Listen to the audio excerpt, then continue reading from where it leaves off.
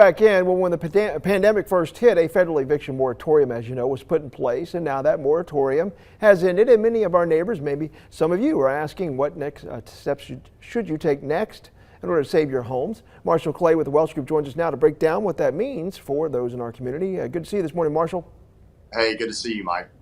So if somebody finds themselves in this situation, what should they do first?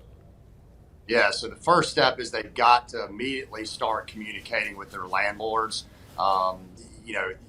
It's all about acting in good faith, particularly when you're a tenant. Certainly, once you communicate your landlord that you are, you're acknowledging the fact that you're behind on your rent. The second step is really just trying to, develop a plan to cover those back expenses. I was reading a study yesterday. There's about 3.5 million people nationwide who are behind on their rent right now, and that's to the tune of billions of dollars.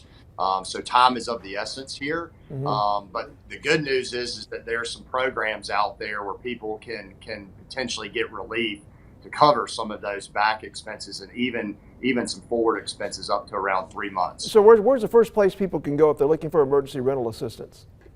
Yeah, so there's a website, Emergency Rental Assistance Alabama. I believe you guys are putting the website up on the screen, but it's eraalabama.com.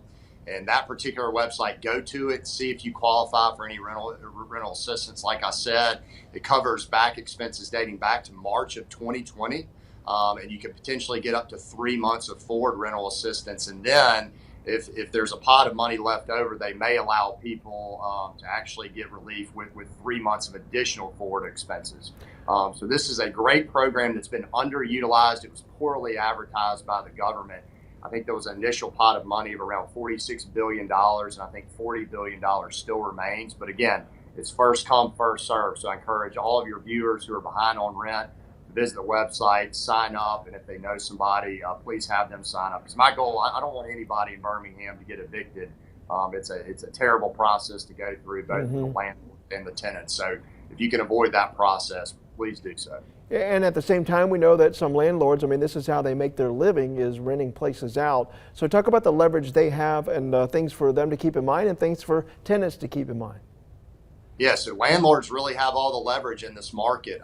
If you look at the for sale market, prices are through the roof. Construction prices are way up from a couple of years ago. So there's a little bit of a lag in new multifamily housing.